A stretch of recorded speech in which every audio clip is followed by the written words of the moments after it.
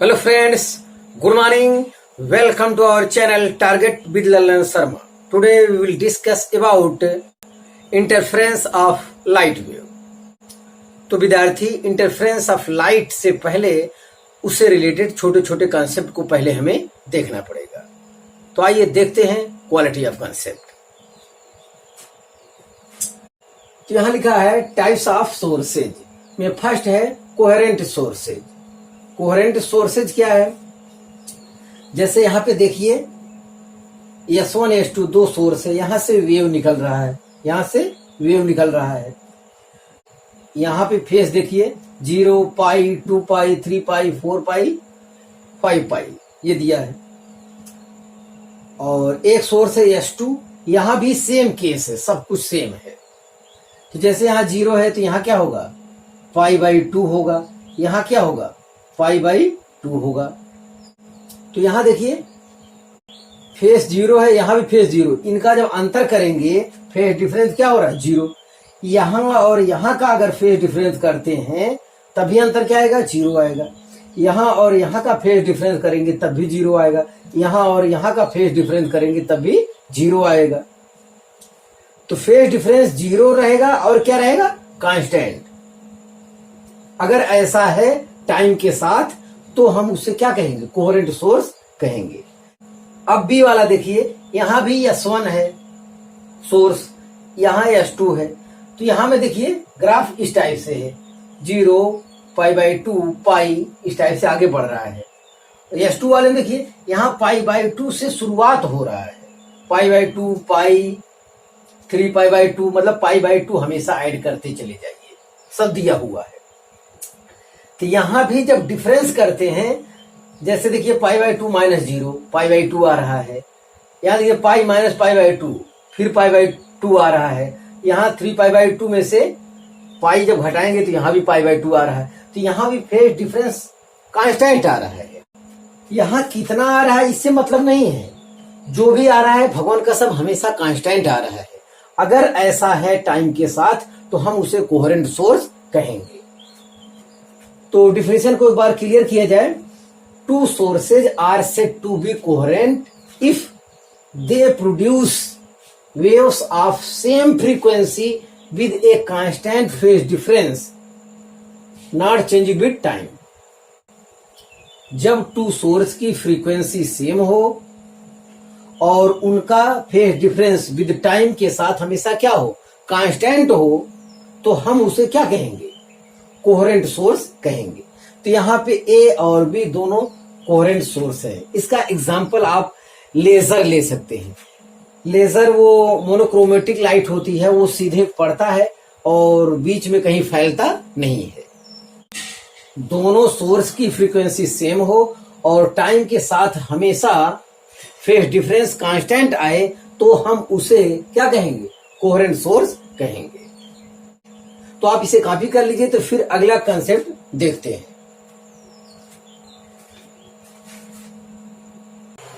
हाँ फ्रेंड्स, आगे देखा जाए दूसरा सोर्स है इनकोहेरेंट सोर्सेज।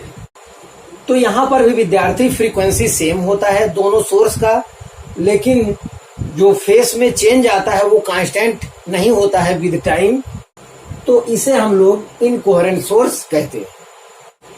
तो यहां पर डिफिनेशन देखा जाए, two independent monochromic sources emits waves of same frequency but the wave are not in phase so they are incoherent।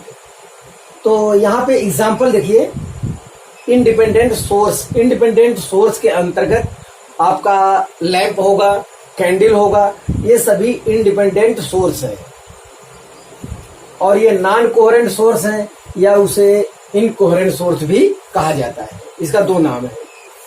इसमें क्या होता है इंडिपेंडेंट सोर्स की फ्रीक्वेंसी सेम होती है बट फेज डिफरेंस जो है विद टाइम वो कांस्टेंट नहीं होता है, इसीलिए उसे क्या कहते हैं इनकोहेरेंट सोर्स कहते हैं।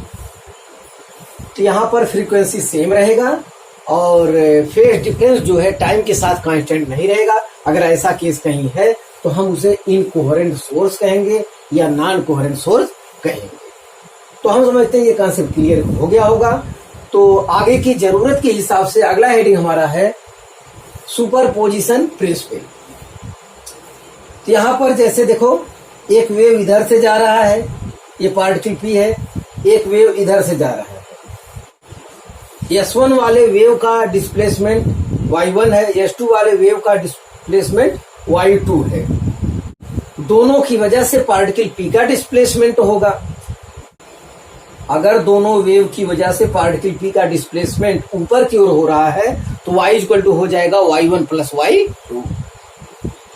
अगर पहले वाले वेव की वजह से P का डिस्प्लेसमेंट ऊपर की ओर और दूसरे वाले वेव की वजह से P का डिस्प्लेसमेंट नीचे की ओर हो रहा है तो net displacement of particle P हो जाएगा y equal to y1 minus y2। मतलब सेम डायरेक्शन में डिस्टेंस कवर कर रहा है तो नेट डिस्प्लेसमेंट जुड़ जाएगा। अगर अपोजिट डायरेक्शन में डिस्टेंस कवर कर रहे हैं तो नेट डिस्प्लेसमेंट के तहत वो सब्ट्रैक्ट हो जाएंगे। तो ये चीज ध्यान देना है। या कह सकते हैं vector y equal to vector y1 plus vector y2। तो सेम डायरेक्शन में रहेगा तो प्लस में हो जाएगा y equal to y1 plus y2, और अपोजिट डायरेक्शन में रहेगा तो नेट डिस्प्लेसमेंट हो जाएगा y1 माइनस y2। तो इसका जो है डिफिनेशन क्लियर कर लिया जाए। When two or more waves meet at a point, the resultant wave has a displacement which is algebraic sum of the displacements of each wave. Yes. algebraic sum का मतलब होता है with sign। algebraic sum का मतलब होता है with sign। ध्यान दिया जाए। तो हम समझते हैं ये कंसेप्ट आपको क्लियर हो गया होगा। तो आप इसे कॉपी कर लीजिए। तो फिर इससे रिलेटेड आगे का कंसेप्ट देते हैं। हाँ फ्रेंड्स, इंटरफेरेंस ऑफ लाइट को अच्छी तरह समझने के लिए जितने कंसेप्ट की हमें आवश्यकता है वो हम एक एक करके क्रम से आपको दे रहे हैं। तो पहले आप इसे देखिए, तो फिर आगे हम उसको पढ़ते हैं। तो अब है हमारा relation between phase difference and path difference, ये वाला हेडिंग। तो यहाँ पे एक सोर्स है S1, एक सोर्स है S2। ये S1 डिस्टेंस करके यहां तक पहुंचा है पार्टिकल P तक, और S2 वाला X2 डिस्टेंस कवर करके P तक पहुंचा है। तो इसका वेव हम मान ले रहे हैं y1 equal to a1 sine in bracket omega T plus kx1, और दूसरे का मान लेते हैं y2 equal to a2 sine in bracket omega 2 plus kx2। तो जो हमारा एंगल होता है ये फेस होता है। तो ये φ1 इक्वल टू हो गया क्या, ओमेगा टी प्लस kx1, और φ2 इक्वल टू हो गया ओमेगा टी प्लस kx2। हमें फेस डिफरेंस और पाथ डिफरेंस चाहिए। तो φ2 माइनस φ1 ये हो गया फेस डिफरेंस, मतलब 2 में से 1 को सब्ट्रैक्ट करना है। तो ओमेगा टी कैंसिल हो जाएगा, तो आएगा k कॉमन ले लेंगे x2 माइनस x1। तो φ2 माइनस φ1 के स्थान पर हम लिख सकते हैं phase difference delta phi. x2 minus x1 के स्थान पर हम लिख सकते हैं पाथ डिफरेंस डेल्टा x। तो डेल्टा फाई इक्वल टू आया 2 pi by lambda into delta x। तो k इक्वल टू होता है 2 pi by lambda, where k is wave numbers, या इसे कहा जाता है वेव प्रोपेगेशन कांस्टेंट। k को 2 नाम से यहाँ पे जाना जाता है, ध्यान दिया जाए। और k की वैल्यू हम लोग पढ़ चुके हैं 2 पाई बाई लैम्डा होता है। तो ये रहा आपका फेज डिफरेंस और पाथ डिफरेंस में रिलेशन। तो ये रिलेशन जानना जरूरी है आगे का कंसेप्ट अच्छी तरह समझने के लिए। अब फिर आगे देखा जाए relation between phase difference and time difference. अब की बार जो है वेव जो है सेम पाथ कवर करता है, लेकिन टाइम क्या है, अलग अलग है। तो ऐसी दशा में वेव हो सकता है y1 equal to a1 sine in bracket omega t1 plus kx, y2 equal to a2 sine omega 2 plus kx। यहाँ टाइम अलग है, फ्रीक्वेंसी सेम है और डिस्प्लेसमेंट सेम है। φ1 ये एंगल होता है तो हो गया omega t1 plus kx। Angle ही फेस होता है तो φ2 इक्वल टू हो जाएगा omega t2 plus kx। Phase difference और टाइम डिफरेंस में हमें रिलेशन चाहिए, तो ऐसी दशा में इक्वेशन 2 में से 1 को यहाँ पे सब्ट्रैक्ट करते हैं। तो phi 2 minus phi 1 is equal to, इतने में से इसको सब्ट्रैक्ट करोगे kx क्या हो जाएगा, कैंसिल, ये बचेगा, ओमेगा कॉमन ले लिए, t2 माइनस t1। तो यहाँ लिख दिए क्या, डेल्टा फाई, और इसके स्थान लिख दिए डेल्टा टी। तो delta phi is equal to आया 2 pi by T into delta T. Omega का स्थान क्या लिखेंगे, 2 पाई बाई टी। ध्यान, तो ये रहा हमारा फेज डिफरेंस और टाइम डिफरेंस का रिलेशन। तो ये कंसेप्ट हम समझे रहेंगे, फार्मूला देखे रहेंगे, तो आगे का कंसेप्ट समझने में हमें आसानी होगी। तो आप इसे कॉपी कर लीजिए, तो फिर आगे का कंसेप्ट हम देखते हैं।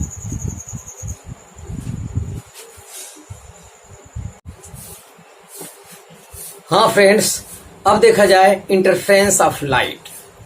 तो इंटरफेरेंस ऑफ लाइट है विद्यार्थी, जब सेम फ्रीक्वेंसी की टू वेव सेम डायरेक्शन में एक साथ किसी मीडियम में चलती हैं, तो मीडियम के किसी पॉइंट पर इंटेंसिटी अधिकतम तथा किसी पॉइंट पर इंटेंसिटी मिनिमम पाया जाता है। इंटेंसिटी मैक्सिमम का मतलब है कि स्क्रीन पर जो है हमको बहुत ज्यादा लाइट मिलेगा, जैसे इस पॉइंट पर एक पॉइंट Q है, यहाँ पे डार्क मिलेगा, डार्क मतलब अंधेरा से ताल्लुक है, लाइट मतलब उजाला, यहाँ बहुत ज्यादा लाइट मिले, यहाँ पे डार्क मतलब अंधेरा मिले। अगर ऐसा कहीं होता है तो हम उसे कहते हैं इंटरफेरेंस ऑफ लाइट। ये उतार चढ़ाव वाला जो फिनोमिना है वही इंटरफेरेंस ऑफ लाइट है। तो ध्यान से इस कॉन्सेप्ट को एक बार और सुन लिया जाए। जब सेम फ्रीक्वेंसी की टू लाइट वेव किसी मीडियम में एक साथ चलती हैं, तो मीडियम के किसी पॉइंट पर इंटेंसिटी मैक्सिमम तथा किसी पॉइंट पर इंटेंसिटी मिनिमम पर होता है। इसी फिनोमिना को क्या कहते हैं, इंटरफेरेंस ऑफ लाइट कहा जाता है। इंटेंसिटी जिस पॉइंट पे मैक्सिमम होता है वहां पे उजाला होता है, और जिस पॉइंट पर इंटेंसिटी मिनिमम होता है वहां पे अंधेरा होता है। ये चीज पर्दे पर एकांतर क्रम में आपको मिलते जाते हैं, यहाँ पे मैक्सिमम, यहाँ पे मिनिमम, फिर मैक्सिमम, फिर मिनिमम, ये केस चलता रहता है। तो इस कंसेप्ट को आगे हम लोग यंग्स एक्सपेरिमेंट की सहायता से और अच्छे से समझ पाएंगे। अब इंटरफेरेंस ऑफ लाइट के डिफिनेशन को क्लियर किया जाए। इंटरफेरेंस ऑफ लाइट, इसकी डिफिनेशन देखा जाए, when two light waves having same frequency and equal और nearly equal amplitude are moving in the same direction, superimpose मतलब मिलते हैं, then different points having different light intensities. At some point, the intensity of light is maximum and at some point it is minimum. This phenomena is known as interference of light. तो अच्छा interference find करने के लिए ये amplitude क्या होना चाहिए, दोनों वेव का इक्वल होना चाहिए। अगर ऐसा होगा तो जहां पे मैक्सिमम चाहिए वहां पे मैक्सिमम आपको मिल जाएगा, और मिनिमम के स्थान पे इंटेंसिटी हो जाएगा जीरो। जीरो मतलब एकदम अंधेरा हो जाएगा। तो इस टाइप का अच्छा उतार चढ़ाव मिलेगा, तो हम कहेंगे वहां पे इंटरफेरेंस क्या है, बहुत अच्छा है। तो इसका आगे हमें डेरिवेशन करना है। तो मान लेते हैं कि एक वेव ये है y1 equal to a1 sine omega T plus kx, और एक दूसरा वेव है y2 equal to a2 sine in bracket omega T plus kx plus 5। According to principle of superposition, तो y इक्वल टू क्या होता है, y1 plus y2। Algebraic sum होता है, विद साइन हम लोग जोड़ते हैं, दोनों एक ही डायरेक्शन में तो ऐड करते हैं, अपोजिट डायरेक्शन में होता है तो सब्ट्रैक्ट करते हैं। तो ये y equal to y1 plus y2 करने पर जो हमको रिजल्ट मिलेगा इस टाइप का मिलेगा। रिजल्टेंट डिस्प्लेसमेंट जो हमको मिलेगा y equal to capital A sine in bracket omega T plus kx plus theta. ये फाई नहीं मिलेगा, कोई दूसरा मिलेगा। तो इसकी हमें कोई विशेष जरूरत नहीं है, मतलब अगर हम लोग ऐड करेंगे तो इस टाइप का रिजल्टेंट डिस्प्लेसमेंट हमको मिलेगा। हमारा टारगेट है इंटेंसिटी के फार्मूले को प्राप्त करना, उसकी सहायता से हम लोग मैक्सिमम इंटेंसिटी और मिनिमम इंटेंसिटी फाइंड कर पाएंगे। तो अगर हम मैथमेटिक्स का सहारा लेते हैं, इतना प्लस इतना ऐड करते हैं, तो इसका कैलकुलेशन बहुत कठिन होता है।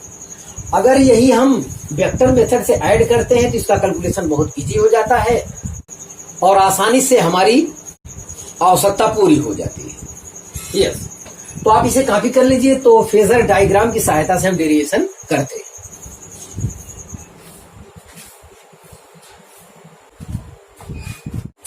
हाँ विद्यार्थी, फेजर डायग्राम की सहायता से रिजल्टेंट इंटेंसिटी को फाइंड करेंगे। आइए देखते हैं। तो अभी हम लोग 2 वेव लिखे थे, उनका एम्पलीट्यूड A1 और A2 था। उनके बीच का जो एंगल था वो फाई था। ए वेक्टर A1 है, ए वेक्टर A2 है, फाई एंगल है उनके बीच में। तो एडिशन ऑफ 2 वेक्टर के तहत एक होता है ट्रिंगल मेथड, एक होता है पैरेललोग्राम मेथड। तो पैरेललोग्राम मेथड की सहायता से हम इसको ऐड करते हैं। तो यहाँ वाला वेक्टर यहां मान लेते हैं, इसके पैरेलल ये हो गया। तो ये हो जाएगा A2 cos फाई और ये हो जाएगा A2 sin फाई। ये वहां वेक्टर में बताया गया है। यस, तो ये यहाँ पे फाई है, तो ये भी यहाँ फाई है। और रिजल्टेंट एम्पलीट्यूड जो है, पहले एम्पलीट्यूड के साथ जो एंगल बनाता है वो रिजल्टेंट का डायरेक्शन कहलाता है। तो डायरेक्शन के लिए ये फार्मूला वहां पे बताया गया है क्लास 11th में वेक्टर वाले चैप्टर में। तो tan alpha equal to A2 sin phi upon A1 plus A2 cos phi. बहरहाल इसकी यहाँ जरूरत नहीं है, हमें जरूरत है रिजल्टेंट एम्पलीट्यूड की, रिजल्टेंट इंटेंसिटी की। तो रिजल्टेंट एम्पलीट्यूड यहाँ पर देखा जाए जो होता है वेक्टर एडिशन में, वो A इक्वल टू होता है under root A1 square plus A2 square plus 2A1 A2 cos phi.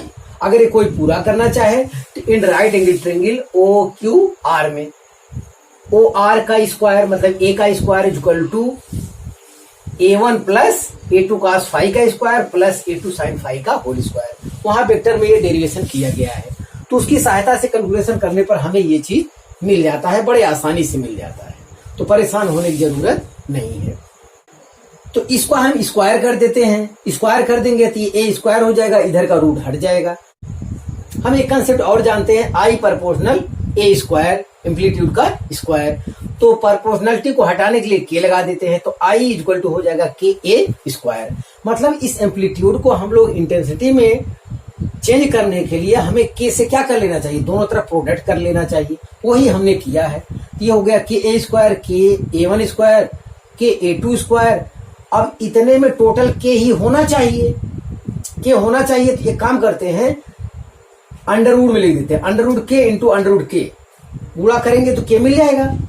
और इसे ओवर रूट के अंदर लिख लेते हैं, अंडर रूट के A1 स्क्वायर अंडर रूट के A2 स्क्वायर। तो अंडर रूट के हो जाएगा, A1 स्क्वायर का रूट A आ जाएगा, A2 स्क्वायर का रूट करने पे A2 आ जाएगा। मतलब जो ऊपर है वही आ जाएगा, कुछ इसमें गलत नहीं हुआ है। अंडर रूट के होता है, इसका मतलब दोनों तरफ के से ही प्रोडक्ट किया गया है। तो अब ये देखिए I हो गया, ये I1 हो गया, ये I2 हो गया, यहाँ 2 रखा है। I1 इक्वल टू क्या है, के A1 स्क्वायर, यहाँ से देखिए ये चीज मिल गया। और के A2 स्क्वायर के स्थान क्या लिख सकते हैं, I2। तो ये ओ रूट I2 हो गया, cos फाई अपने स्थान पे। तो ये रिजल्टेंट इंटेंसिटी का हमें फार्मूला मिल गया जिसकी हमें तलाश थी। तो ये रिजल्टेंट एम्पलीट्यूड है, ये रिजल्टेंट इंटेंसिटी है, दोनों की हमें आवश्यकता होगी आगे के कंसेप्ट के लिए। अब यहाँ टाइप्स ऑफ इंटरफेरेंस, ये 2 टाइप का होता है। पहला है कंस्ट्रक्टिव इंटरफेरेंस और दूसरा है डिस्ट्रक्टिव इंटरफेरेंस। कंस्ट्रक्टिव मतलब जब इंटेंसिटी क्या होगी, मैक्सिमम होगी, तो वहां पे क्या होगा, कंस्ट्रक्टिव इंटरफेरेंस होगा। और जब इंटेंसिटी क्या होगा, मिनिमम होगा, तो वहां पे क्या होगा, डिस्ट्रक्टिव इंटरफेरेंस होगा। मैक्सिमम होगा कब, तो यहाँ cos फाई इक्वल टू +1 अगर हो जाए तो इंटेंसिटी क्या होगा, मैक्सिमम होगा। और अगर cos फाई इक्वल टू -1 हो जाए तो इंटेंसिटी मिनिमम हो जाएगा, क्योंकि I1 प्लस I2 तो रहेगा। अगर cos फाई 1 है तो प्लस इतना ऐड हो जाएगा, cos फाई अगर -1 है तो इतना सब्ट्रैक्ट हो जाएगा। तो cos फाई का वैल्यू जब +1 है तो वहां कंस्ट्रक्टिव इंटरफेरेंस मिलेगा, cos फाई की वैल्यू जब -1 आएगा तो वहां डिस्ट्रक्टिव इंटरफेरेंस मिलेगा। अब किस एंगल पे cos फाई का मान +1 होता है, देखो cos 0 का मान 1 होता है, 2 पाई पे, 4 पाई, 6 पाई, 8 पाई, इस टाइप के एंगल पर हमेशा जो है cos फाई का मान 1 होगा। ऐसी दशा में वहां पे कंस्ट्रक्टिव इंटरफेरेंस आपको मिलेगा। तो cos फाई का मान -1 कब मिलेगा? तो फाई इक्वल टू पाई, 3 पाई, 5 पाई, 7 पाई, मतलब ऑड मल्टीपल ऑफ पाई पर जो है हमको हमेशा क्या मिलेगा? cos फाई की वैल्यू -1 मिलेगा, और जो है I1 प्लस I2 में से इतना क्या करना पड़ेगा? सब्ट्रैक्ट करना पड़ेगा। उसे हम लोग डिस्ट्रक्टिव इंटरफेरेंस कहेंगे। तो आगे के कंसेप्ट में हम विद्यार्थी चर्चा करेंगे कंस्ट्रक्टिव इंटरफेरेंस, और उससे रिलेटेड अच्छे फार्मूले को फाइंड करेंगे। तो आप इसे कॉपी कर लीजिए।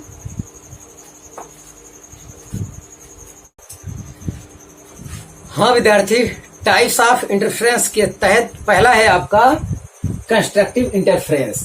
कंस्ट्रक्टिव इंटरफेरेंस में यहां पे जो स्क्रीन पर आपको प्राप्त होगा वो क्या होगा? ब्राइट होगा। ब्राइट तब होगा जब इंटेंसिटी क्या होगा? मैक्सिमम होगा। अब यहाँ पे फार्मूला देख लीजिए आप, तो I और A का फार्मूला लिखा हुआ है। तो ये मैक्सिमम तब होगा इंटेंसिटी जब cos फाई इक्वल टू +1 होगा। तो +1 कब होगा? जब फाई इक्वल टू 0, 2 पाई, 4 पाई, 6 पाई होगा, तभी मैक्सिमम होगा।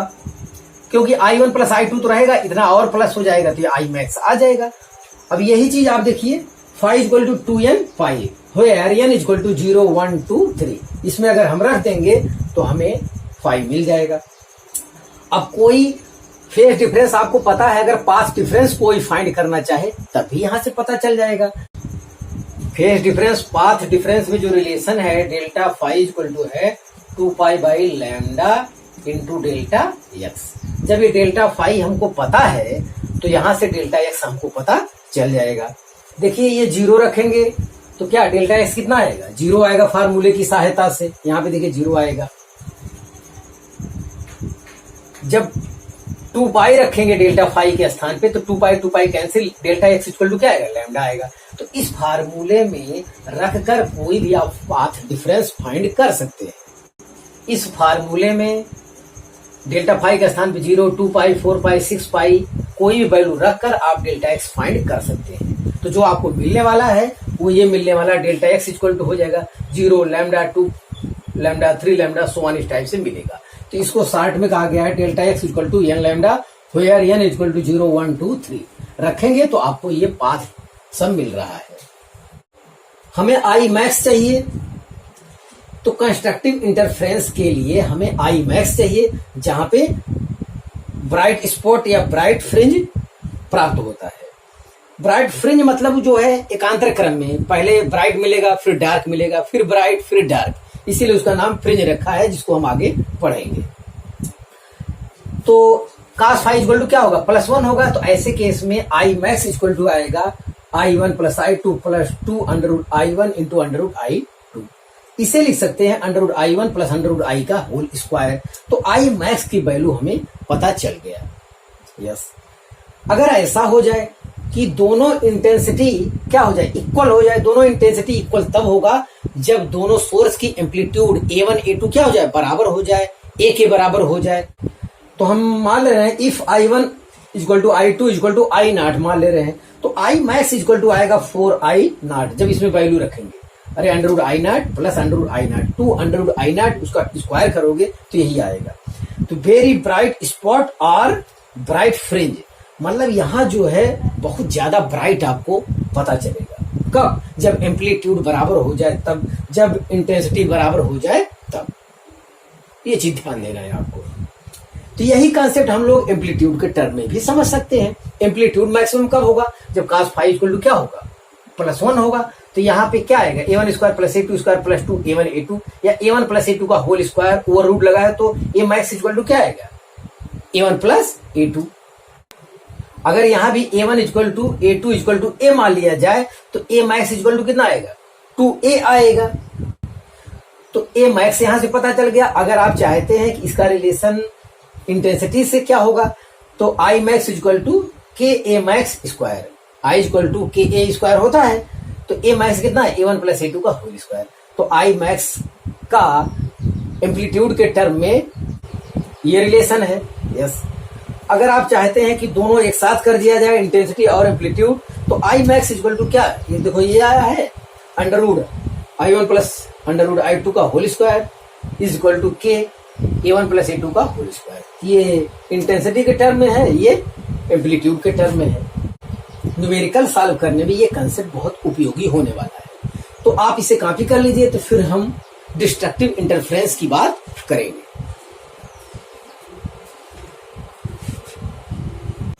हाँ विद्यार्थी, दूसरा देखा जाए डिस्ट्रक्टिव इंटरफेरेंस। ये हमारा आ गया डिस्ट्रक्टिव इंटरफेरेंस। तो अच्छा इंटरफेरेंस के लिए विद्यार्थी यहाँ पे क्या है, आई मैक्स। यहाँ पे आई मैक्स हो, आई मैक्स में जब एम्पलीट्यूड इक्वल हो या इंटेंसिटी इक्वल हो तो ऐसी दशा में आई मैक्स सबसे ज्यादा आता है। आई मैक्स 4I0 के बराबर अभी आया था। आई मिनिमम, यहाँ पे क्या मिले, आई मिनिमम। आई मिनिमम अगर 0 मिल जाए तो यहाँ पे डार्क हो जाएगा। डार्क मतलब एकदम अंधेरा, तो बहुत ज्यादा लाइट अंधेरा, इस टाइप से सीक्वेंस में आपको मिलता जाएगा अगर, तो ये अच्छा इंटरफेरेंस माना जाएगा। डिस्ट्रक्टिव इंटरफेरेंस तब होता है जब रिजल्टेंट एम्पलीट्यूड मिनिमम हो, रिजल्टेंट इंटेंसिटी मिनिमम हो, तो ऐसे केस में वहां पे डिस्ट्रक्टिव इंटरफेरेंस होता है, वहां पे डार्क मिलता है। डार्क कब अधिकतम होगा, जब एम्पलीट्यूड इक्वल हो जाए, जब इंटेंसिटी इक्वल हो जाए, तो ऐसी दशा में डार्क भी क्या होता है, अधिकतम होता है। मतलब आई मिनिमम 0 हो जाए तो वहां डार्क जो है ज्यादा रहेगा। तो ये तो तब संभव हो पाएगा जब cos फाई इक्वल टू क्या हो जाए, -1। तो -1 कब हो सकता है, तो फाई इक्वल टू पाई, 3π 5π पर यहाँ जितनी वैल्यू रखेंगे हम सब पे क्या मिलेगा, cos फाई इक्वल टू -1। तो ऐसी दशा में ए मिनिमम हो जाएगा। तो ए मिनिमम इक्वल टू क्या आएगा, A1 square plus A2 square -2 A1 A2। तो A1 माइनस A2 का क्या होल स्क्वायर आएगा। होल स्क्वायर लेंगे तो ओवर रूट करेंगे तो आएगा ए मिनिमम इक्वल टू क्या, A1 माइनस A2। तो आई मिनिमम इक्वल टू के A1 माइनस A2 का होल स्क्वायर। ये ऐसा हम कर सकते हैं। अगर A1 बराबर A2 बराबर A मान ले तो ए मिनिमम क्या हो जाएगा, 0 हो जाएगा। यस, ये तो एम्पलीट्यूड के टर्म में समझ सकते हैं। अब यही चीज इंटेंसिटी के टर्म में भी समझ सकते हैं इस फार्मूले की सहायता से। आई मिनिमम इक्वल टू क्या हो जाएगा, I1 plus I2 minus 2 √I1 into √I2। Yes, तो ये √I1 माइनस √I2 का होल स्क्वायर है। तो आई मिनिमम का ये फार्मूला आ गया। अगर I1 equal to I2 equal to I0 हम मान ले तो ये दोनों बराबर हो जाएंगे तो 0 आ जाएगा। आई मिनिमम क्या हो जाएगा, 0 हो जाएगा। इसका मतलब वेरी डार्क स्पॉट और डार्क फ्रिंज। यहाँ एकदम क्या मिलेगा, अंधेरा मिलेगा, यहाँ अच्छा खासा उजाला मिलेगा। तो इसी उतार चढ़ाव वाले फिनोमेना को ही कहा जाता है क्या, इंटरफेरेंस। अब आई मिनिमम को इंटेंसिटी और एम्पलीट्यूड दोनों के टर्म में यहाँ पे लिख लेते हैं। I minimum equal to √I1 minus √I2 का whole square is equal to लिख सकते हैं के in bracket A1 minus A2 का होल स्क्वायर। तो आप इसे कॉपी कर लीजिए। तो कुछ इंपॉर्टेंट पॉइंट को और हम लिखते हैं।